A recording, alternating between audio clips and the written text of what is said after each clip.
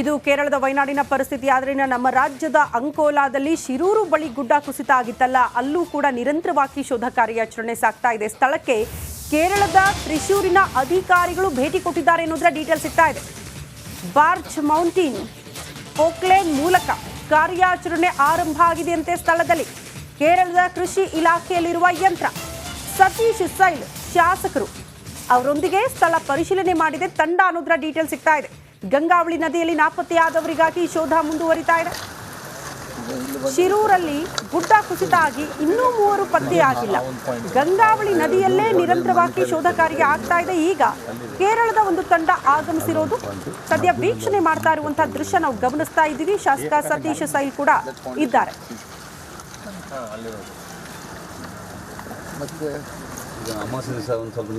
ಶಿರೂರಿನ ಭೂಕುಸಿತದ ಘಟನೆಗೆ ಸಂಬಂಧಪಟ್ಟಂತೆ ಈಗಾಗಲೇ ಮತ್ತೊಂದು ಹಂತದ ಪ್ಲಾನ್ ಅನ್ನು ಶಾಸಕರಾದಂಥ ಸತೀಶ್ ಸೈಲ್ ಅವರು ಮಾಡ್ತಾ ಇರುವಂಥದ್ದು.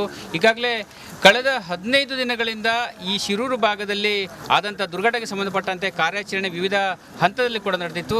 ಮತ್ತೊಂದು ಹಂತದ ಕಾರ್ಯಾಚರಣೆ ನಡೆದರೆ ಇವತ್ತು ತ್ರಿಶೂರಿನಿಂದ ಕೆಲವೊಂದು ಸಂಬಂಧ ಇಲಾಖೆಯ ಅಧಿಕಾರಿಗಳು ಮತ್ತು ತಂತ್ರಜ್ಞರು ಕೂಡ ಇಲ್ಲಿಗೆ ಆಗಮಿಸಿದ್ದಾರೆ. ನೋಡ್ತಾ ಇರ್ಬೋದು, ಎಲ್ಲರೂ ಕೂಡ ಇವತ್ತು ಗಂಗಾವಳಿ ನದಿ ತೀರದಲ್ಲಿ ರಾಷ್ಟ್ರೀಯ ಹೆದ್ದಾರಿ ಪಕ್ಕದಲ್ಲಿ ಕೂಡ ಇದ್ದಾರೆ. ಇಲ್ಲಿನ ಪರಿಸ್ಥಿತಿಯನ್ನು ಕೂಡ ಸಂಬಂಧಪಟ್ಟ ತಂತ್ರಜ್ಞರಿಗೆ ಶಾಸಕರಾದಂಥ ಸತೀಶ್ ಅವರು ಕೂಡ ನೀಡಿರುವಂಥದ್ದು. ಈ ಬಗ್ಗೆ ಶಾಸಕರನ್ನೇ ಮಾತಾಡ್ತೀನಿ. ಸರ್, ಈಗ ಇವತ್ತು ಮತ್ತೊಂದು ಹಂತದ ಒಂದು ಪ್ಲಾನ್ ಮಾಡ್ತಾ ಇದೆ ಸರ್. ಏನು ಪ್ಲಾನ್ ಸರ್? ನಾವು ತ್ರಿಚೂರಿನಿಂದ ಒಂದು ಫ್ಲೋಟಿಂಗ್ ಬೋಟ್ ಮತ್ತು ಅದರ ಮೇಲೆ ಒಂದು ಸಣ್ಣ ಪೋಕ್ಲೇನ್, ಅದು ಏನಾಗ್ತದೆ, ಅದು ನೀರಲ್ಲಿ ಹೋಗಿ ಕೆರಿಬಹುದು. ಸುಮಾರು 4 ಮೀಟರ್ ಪಡ್ ಇದೆ ಅದಕ್ಕೆ. ಅದನ್ನು ಹಿಂದೆ ಜಾಕ್ ಮಾಡಿಸಿ ಮುಂದಿಂದ ನಾವು ಮಣ್ಣನ್ನು ಲೂಸ್ ಮಾಡಿಕೊಡೋದು. ಮತ್ತು ಏನು ಈಶ್ವರ ಆದೇಶ ನಮ್ಮ ಹತ್ರ ಹೇಳಿದ್ದ, ಮಣ್ಣು ಉಂಟು, ಮಣ್ಣ ಮೇಲೆ ಗಿಡ ಉಂಟು, ಅದನ್ನು ಕ್ಲಿಯರ್ ಮಾಡಿಕೊಟ್ರೆ ಅವರಿಗೆ ಸ್ವಲ್ಪ ಈಸಿ ಆಗ್ತದೆ ಅಂತ ಹೇಳಿದ ಮೇಲೆ ನಾನು ಗೂಗಲ್ನಲ್ಲಿ ಹೋಗಿ ಈ ಮಷೀನನ್ನು ಕಂಡು ಹಿಡಿದು ಅಲ್ಲಿಯ ಡಿ ಸಿಗೆ ಮಾತಾಡಿದ್ದೆ. ಡಿ ಸಿ ಅವರು ಅಸಿಸ್ಟೆಂಟ್ ಡೈರೆಕ್ಟರ್ ವಿಮೆನ್ಸಿ ಅಂತ. ಇದು ಕೇರಳದ ವಯನಾಡಿನ ಪರಿಸ್ಥಿತಿ. ಆದರೆ ನಮ್ಮ ರಾಜ್ಯದ ಅಂಕೋಲಾದಲ್ಲಿ ಶಿರೂರು ಬಳಿ ಗುಡ್ಡ ಕುಸಿತ ಆಗಿತ್ತಲ್ಲ, ಅಲ್ಲೂ ಕೂಡ ನಿರಂತರವಾಗಿ ಶೋಧ ಕಾರ್ಯಾಚರಣೆ ಸಾಗ್ತಾ ಇದೆ. ಸ್ಥಳಕ್ಕೆ ಕೇರಳದ ತ್ರಿಶೂರಿನ ಅಧಿಕಾರಿಗಳು ಭೇಟಿ ಕೊಟ್ಟಿದ್ದಾರೆ ಅನ್ನೋದರ ಡೀಟೇಲ್ ಸಿಗ್ತಾ ಇದೆ.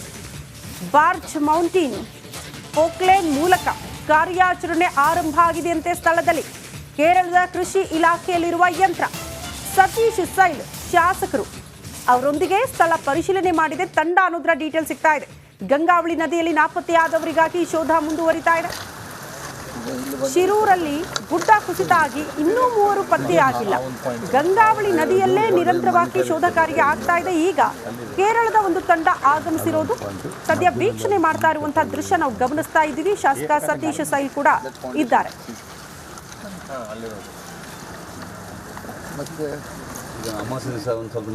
ಶಿರೂರಿನ ಭೂಕುಸಿತದ ಘಟನೆಗೆ ಸಂಬಂಧಪಟ್ಟಂತೆ ಈಗಾಗಲೇ ಮತ್ತೊಂದು ಹಂತದ ಪ್ಲಾನ್ ಅನ್ನು ಶಾಸಕರಾದಂಥ ಸತೀಶ್ ಸೈಲ್ ಅವರು ಮಾಡ್ತಾ ಇರುವಂಥದ್ದು. ಈಗಾಗಲೇ ಕಳೆದ 15 ದಿನಗಳಿಂದ ಈ ಶಿರೂರು ಭಾಗದಲ್ಲಿ ಆದಂಥ ದುರ್ಘಟನೆಗೆ ಸಂಬಂಧಪಟ್ಟಂತೆ ಕಾರ್ಯಾಚರಣೆ ವಿವಿಧ ಹಂತದಲ್ಲಿ ಕೂಡ ನಡೆದಿತ್ತು. ಮತ್ತೊಂದು ಹಂತದ ಕಾರ್ಯಾಚರಣೆ ನಡೆದರೆ ಇವತ್ತು ತ್ರಿಶೂರಿನಿಂದ ಕೆಲವೊಂದು ಸಂಬಂಧ ಇಲಾಖೆಯ ಅಧಿಕಾರಿಗಳು ಮತ್ತು ತಂತ್ರಜ್ಞರು ಕೂಡ ಇಲ್ಲಿಗೆ ಆಗಮಿಸಿದ್ದಾರೆ. ನೋಡ್ತಾ ಇರ್ಬೋದು, ಎಲ್ಲರೂ ಕೂಡ ಇವತ್ತು ಗಂಗಾವಳಿ ನದಿ ತೀರದಲ್ಲಿ ರಾಷ್ಟ್ರೀಯ ಹೆದ್ದಾರಿ ಪಕ್ಕದಲ್ಲಿ ಕೂಡ ಇದ್ದಾರೆ. ಇಲ್ಲಿನ ಪರಿಸ್ಥಿತಿಯನ್ನು ಕೂಡ ಸಂಬಂಧಪಟ್ಟ ತಂತ್ರಜ್ಞರಿಗೆ ಶಾಸಕರಾದಂಥ ಸತೀಶ್ ಅವರು ಕೂಡ ನೀಡಿರುವಂಥದ್ದು. ಈ ಬಗ್ಗೆ ಶಾಸಕರನ್ನೇ ಮಾತಾಡ್ತೀನಿ. ಸರ್, ಈಗ ಇವತ್ತು ಮತ್ತೊಂದು ಹಂತದ ಒಂದು ಪ್ಲಾನ್ ಮಾಡ್ತಾ ಇದೆ ಸರ್. ಏನು ಪ್ಲಾನ್ ಸರ್? ನಾವು ತ್ರಿಚೂರಿನಿಂದ ಒಂದು ಫ್ಲೋಟಿಂಗ್ ಬೋಟ್ ಮತ್ತು ಅದರ ಮೇಲೆ ಒಂದು ಸಣ್ಣ ಪೋಕ್ಲೇನ್, ಅದು ಏನಾಗ್ತದೆ, ಅದು ನೀರಲ್ಲಿ ಹೋಗಿ ಕೆರಿಬಹುದು. ಸುಮಾರು 4 ಮೀಟರ್ ಪಡ್ ಇದೆ ಅದಕ್ಕೆ. ಅದನ್ನು ಹಿಂದೆ ಜಾಕ್ ಮಾಡಿಸಿ ಮುಂದಿಂದ ನಾವು ಮಣ್ಣನ್ನು ಲೂಸ್ ಮಾಡಿಕೊಡೋದು. ಮತ್ತು ಏನು ಈಶ್ವರ ಆದೇಶ ನಮ್ಮ ಹತ್ರ ಹೇಳಿದ್ದ, ಮಣ್ಣು ಉಂಟು, ಮಣ್ಣ ಮೇಲೆ ಗಿಡ ಉಂಟು, ಅದನ್ನು ಕ್ಲಿಯರ್ ಮಾಡಿಕೊಟ್ರೆ ಅವರಿಗೆ ಸ್ವಲ್ಪ ಈಸಿ ಆಗ್ತದೆ ಅಂತ ಹೇಳಿದ ಮೇಲೆ ನಾನು ಗೂಗಲ್ನಲ್ಲಿ ಹೋಗಿ ಈ ಮಷೀನನ್ನು ಕಂಡು ಹಿಡಿದು ಅಲ್ಲಿಯ ಡಿ ಸಿಗೆ ಮಾತಾಡಿದ್ದೆ. ಡಿ ಸಿ ಅವರು ಅಸಿಸ್ಟೆಂಟ್ ಡೈರೆಕ್ಟರ್ ವಿಮೆನ್ಸಿ ಅಂತ.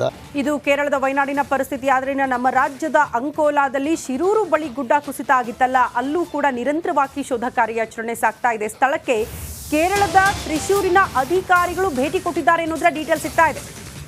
ಬಾರ್ಜ್ ಮೌಂಟೇನ್ ಪೋಕ್ಲೇನ್ ಮೂಲಕ ಕಾರ್ಯಾಚರಣೆ ಆರಂಭ ಆಗಿದೆಯಂತೆ ಸ್ಥಳದಲ್ಲಿ.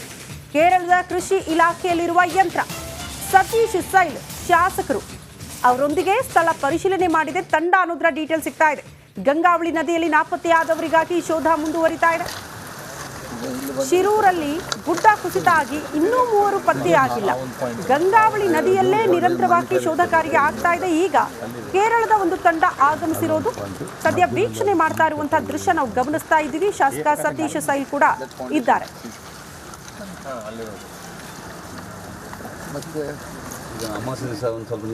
ಶಿರೂರಿನ ಭೂಕುಸಿತದ ಘಟನೆಗೆ ಸಂಬಂಧಪಟ್ಟಂತೆ ಈಗಾಗಲೇ ಮತ್ತೊಂದು ಹಂತದ ಪ್ಲಾನ್ ಅನ್ನ ಶಾಸಕರಾದಂಥ ಸತೀಶ್ ಸೈಲ್ ಅವರು ಮಾಡ್ತಾ ಇರುವಂಥದ್ದು. ಈಗಾಗಲೇ ಕಳೆದ 15 ದಿನಗಳಿಂದ ಈ ಶಿರೂರು ಭಾಗದಲ್ಲಿ ಆದಂಥ ದುರ್ಘಟನೆಗೆ ಸಂಬಂಧಪಟ್ಟಂತೆ ಕಾರ್ಯಾಚರಣೆ ವಿವಿಧ ಹಂತದಲ್ಲಿ ಕೂಡ ನಡೆದಿತ್ತು. ಮತ್ತೊಂದು ಹಂತದ ಕಾರ್ಯಾಚರಣೆ ನಡೆದರೆ ಇವತ್ತು ತ್ರಿಶೂರಿನಿಂದ ಕೆಲವೊಂದು ಸಂಬಂಧ ಇಲಾಖೆಯ ಅಧಿಕಾರಿಗಳು ಮತ್ತು ತಂತ್ರಜ್ಞರು ಕೂಡ ಇಲ್ಲಿಗೆ ಆಗಮಿಸಿದ್ದಾರೆ. ನೋಡ್ತಾ ಇರ್ಬೋದು ಎಲ್ಲರೂ ಕೂಡ ಇವತ್ತು ಗಂಗಾವಳಿ ನದಿ ತೀರದಲ್ಲಿ ರಾಷ್ಟ್ರೀಯ ಹೆದ್ದಾರಿ ಪಕ್ಕದಲ್ಲಿ ಕೂಡ ಇದ್ದಾರೆ. ಇಲ್ಲಿನ ಪರಿಸ್ಥಿತಿಯನ್ನು ಕೂಡ ಸಂಬಂಧಪಟ್ಟ ತಂತ್ರಜ್ಞರಿಗೆ ಶಾಸಕರಾದಂಥ ಸತೀಶ್ ಅವರು ಕೂಡ ನೀಡಿರುವಂಥದ್ದು. ಈ ಬಗ್ಗೆ ಶಾಸಕರನ್ನೇ ಮಾತಾಡ್ತೀನಿ ಸರ್. ಈಗ ಇವತ್ತು ಮತ್ತೊಂದು ಹಂತದ ಒಂದು ಪ್ಲಾನ್ ಮಾಡ್ತಾ ಇದೆ ಸರ್. ಏನು ಪ್ಲಾನ್ ಸರ್? ನಾವು ತ್ರಿಚೂರಿನಿಂದ ಒಂದು ಫ್ಲೋಟಿಂಗ್ ಬೋಟ್ ಮತ್ತು ಅದರ ಮೇಲೆ ಒಂದು ಸಣ್ಣ ಪೋಕ್ಲೇನ್, ಅದು ಏನಾಗ್ತದೆ, ಅದು ನೀರಲ್ಲಿ ಹೋಗಿ ಕೆರಿಬಹುದು. ಸುಮಾರು 4 ಮೀಟರ್ ಪಡ್ ಇದೆ ಅದಕ್ಕೆ. ಅದನ್ನು ಹಿಂದೆ ಜಾಕ್ ಮಾಡಿಸಿ ಮುಂದಿಂದ ನಾವು ಮಣ್ಣನ್ನು ಲೂಸ್ ಮಾಡಿಕೊಡೋದು. ಮತ್ತು ಏನು ಈಶ್ವರ ಆದೇಶ ನಮ್ಮ ಹತ್ರ ಹೇಳಿದ್ದ, ಮಣ್ಣು ಉಂಟು, ಮಣ್ಣ ಮೇಲೆ ಗಿಡ ಉಂಟು, ಅದನ್ನು ಕ್ಲಿಯರ್ ಮಾಡಿಕೊಟ್ರೆ ಅವರಿಗೆ ಸ್ವಲ್ಪ ಈಸಿ ಆಗ್ತದೆ ಅಂತ ಹೇಳಿದ ಮೇಲೆ ನಾನು ಗೂಗಲ್ನಲ್ಲಿ ಹೋಗಿ ಈ ಮಷೀನನ್ನು ಕಂಡುಹಿಡಿದು ಅಲ್ಲಿಯ DC ಮಾತಾಡಿದ್ದೆ. DC ಅವರು ಅಸಿಸ್ಟೆಂಟ್ ಡೈರೆಕ್ಟರ್ ವಿಮೆನ್ಸಿ ಅಂತ. ನಮಸ್ಕಾರ, ಕರ್ನಾಟಕ ಪ್ರೈಮ್ ಟೈಮ್ಗೆ ಸ್ವಾಗತ. ನಾನು ಜಯಪ್ರಕಾಶ್ ಶೆಟ್ಟಿ. ಇಡೀ ಕರುನಾಡು ಇವತ್ತು ರೆಬೆಲ್ ಆಗಿ ನಿಂತಿದೆ.